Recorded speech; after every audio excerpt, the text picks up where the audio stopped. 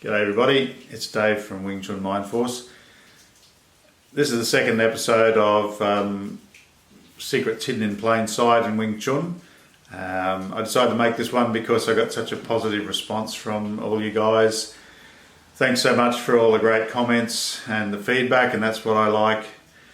My whole point really is to get a dialogue going across the Wing Chun world for those with simpatico ideas, that we can talk about our experiences, talk about our findings. I share on my channel what I've learnt in the last 23 years, and sometimes what I've learnt since I was a young fella in the 70s when I first became a Kung Fu fan, and a bit of a kickboxer. And so what I'd like to share today, starting off with a story about Master Yip Man.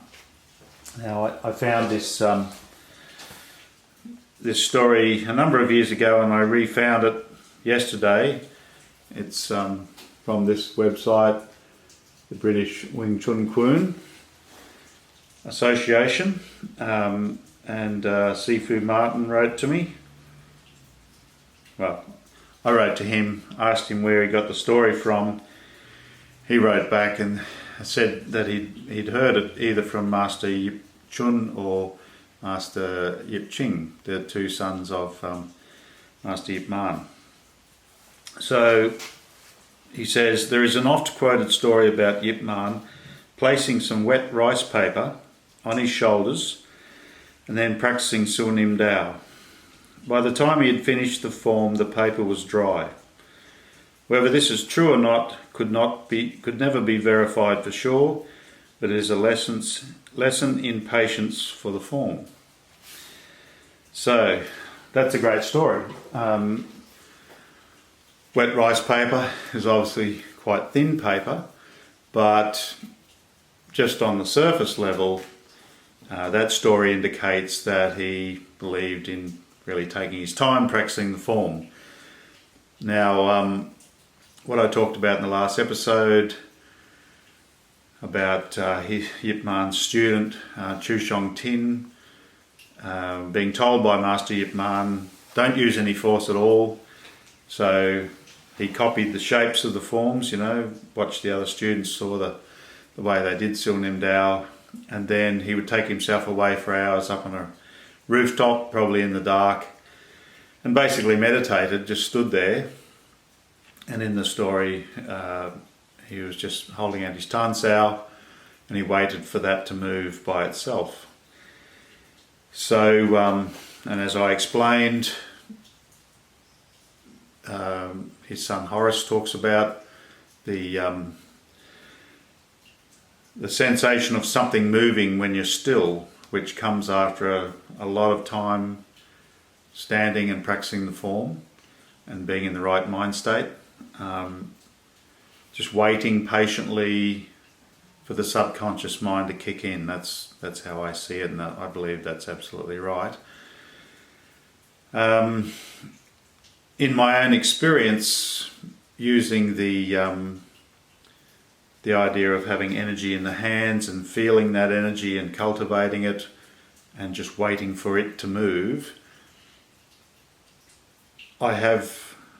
once I got through the whole form, it took a long time, but usually I've been, because I'm sort of new at this over the last couple of years, been, maybe 5 or 6 years I suppose, I've been playing with this idea, and I usually just work on one movement or two, but I have gone through the whole form, and it took probably an hour and a half. But like all true meditation, it didn't seem to take very long, because when you get into that right Nim Tau mind state, because it's mindfulness, time stands still, or time changes. You don't, or dilates maybe you could say. You sort of lose track of time, because your conscious mind is the thing always looking at the clock. But when you get back into that Nim Tau mind state, which sort of expresses itself in a feeling in the back of the head and in the whole body, time seems to slow right down and stand still. The other experience that I always have actually doing this practice, especially when I started with the balls and then was able to do it without the balls in my hands, I'd feel like I moved like that, but in fact I'd move like that. And it's a strange thing, but I'd sort of wait till it moved me. I'd just stay there super relaxed, just feeling that feeling, wriggling it a little bit, keeping it alive, and then I'd wait until I felt as if it was just like a little finger pushing my hand, or sometimes quite strongly, sometimes less than that. Sometimes I'd feel it in the whole arm moving. But it would feel like I'd moved a long way, but I'd look and it was just, I'd hardly moved at all. And that's when I began to understand how the form was done slowly, because when I first started Wing Chun, 1997, our teachers at Sifu Gym School were always big on doing the form slowly. So we used to do it slowly, but it was sort of consciously being slow. And that's really the right initial approach. It's the only way in is to just try and do it slow. But the real way, I believe, is it does it slow.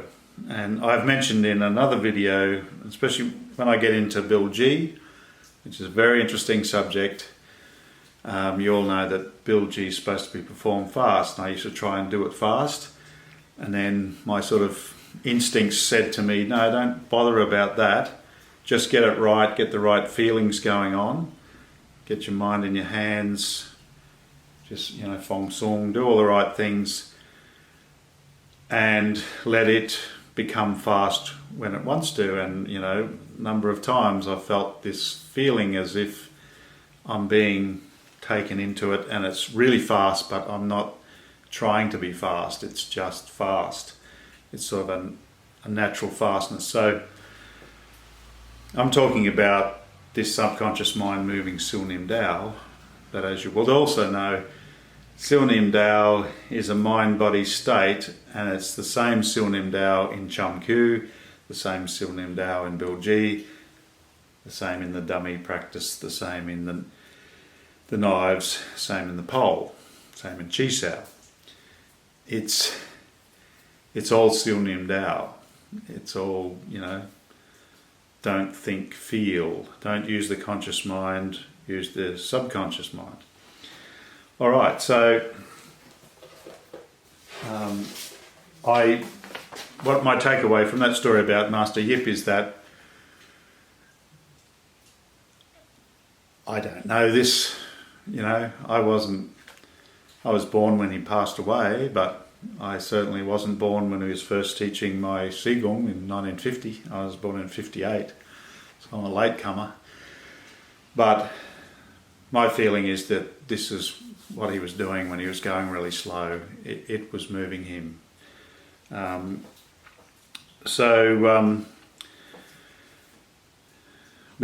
a bit of detective work, as a big fan of Bruce Lee, I've often found what I consider to be truths that are probably higher than what Bruce had experienced or knew, but I think he's a super intelligent young guy, ultra dedicated, and he wrote down what Master Yip said and told him. And I think the great thing Bruce did was bring it to us in good English, things that are known by Chinese people but perhaps just don't get translated into English, not for any reason. It's just the way languages are. People speak their own language and don't think, I better translate, like this video, better get it translated into Ukrainian or French or Icelandic. Anyway, this is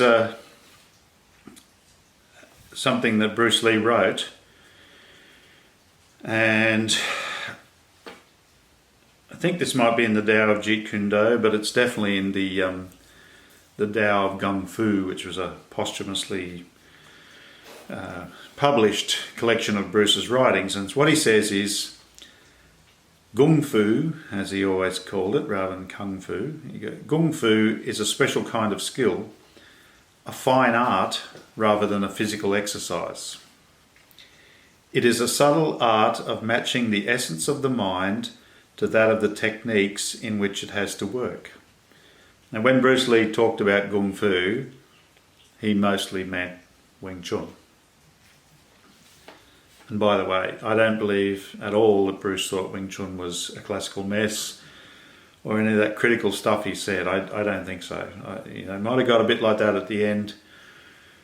That's another conversation to have. I want to do a lot more about Bruce. I know a lot about Bruce and I care about him.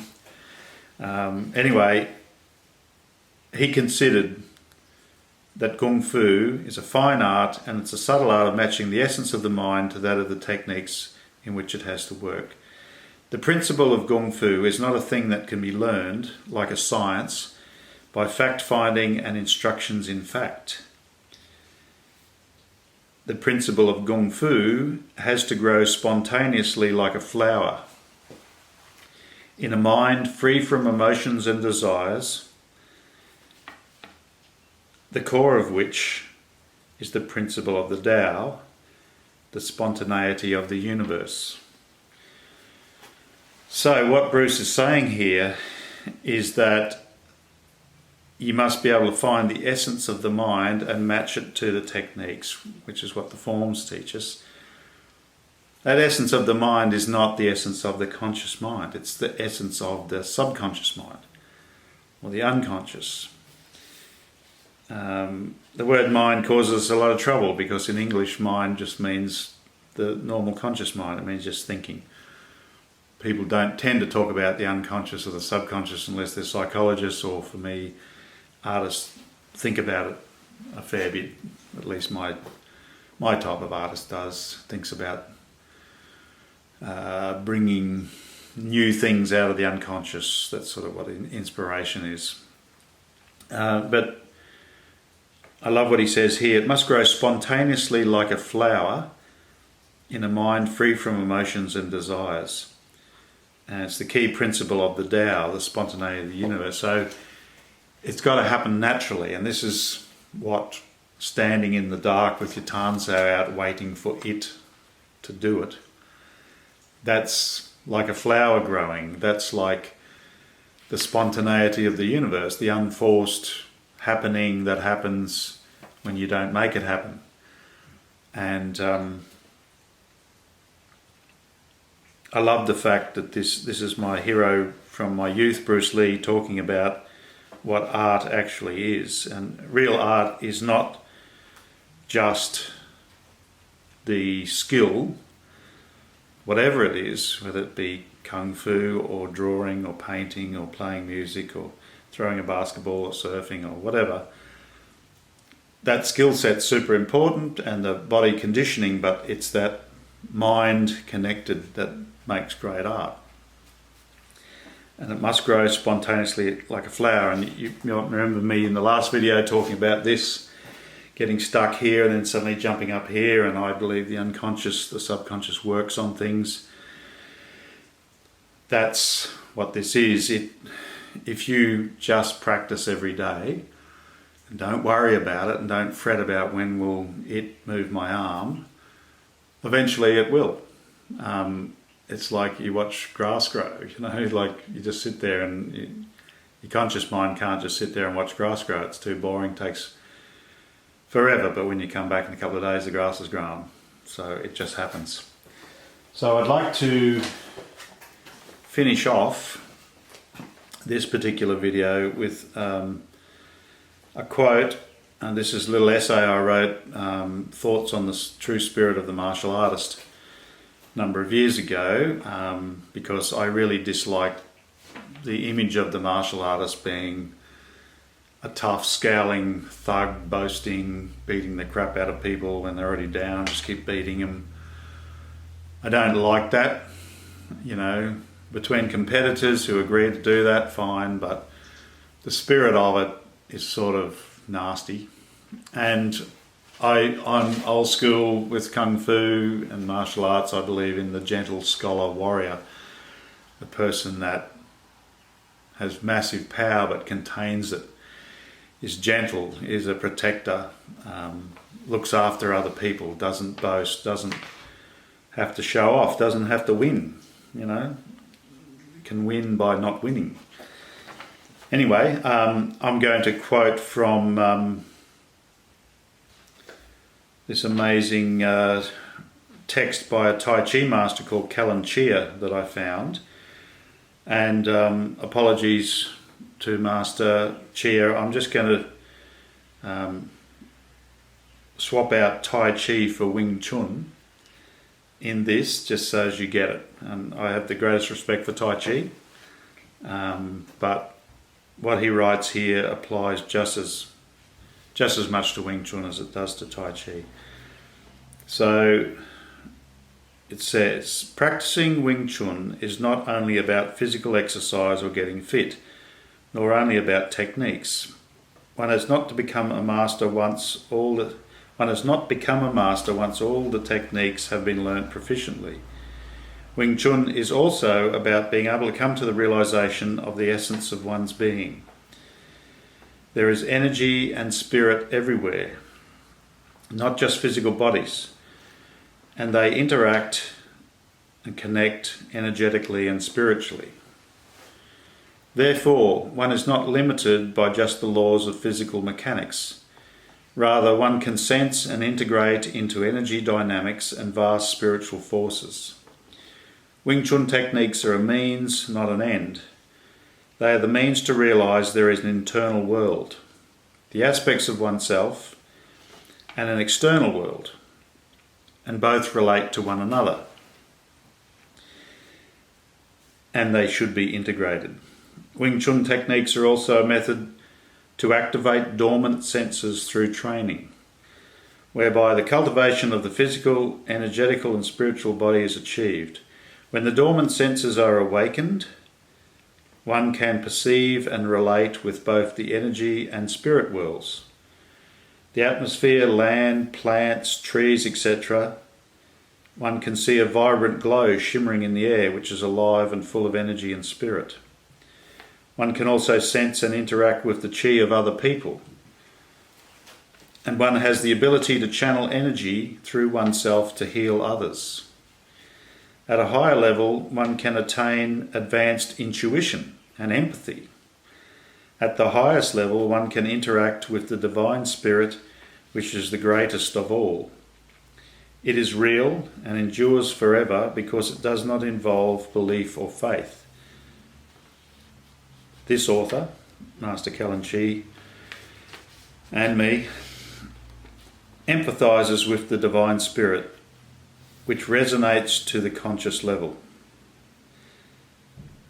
And that's from the www.taichi-society.net/tai-chi-principles.html. I accessed that on the 2nd of the 5th, 16, so it might still be there. So that's pretty out there, I know, but that's how I see it, and that's just the way I've developed as a person over many years. I sense the energy in nature and the energy in other people, and I feel intuition, and I'm just on the path like you are to try and find out what life's all about and what's possible. And I won't make more out about it, but I just want to encourage you to experiment in yourself with these ideas, and let me know in the comments below what you think, and tell me about your own experiences, ask questions, discuss with each other. If you haven't already subscribed, please subscribe to my channel. I want to build it up. It's gradually ticking away. I'd like to get up into the thousands. I'm at about 550, I think. I'd like to see 10,000 people there or more. And so please tell your friends about me. Suggest to your groups that people come and check out what I say if you like it. And thanks, and I'll see you next time.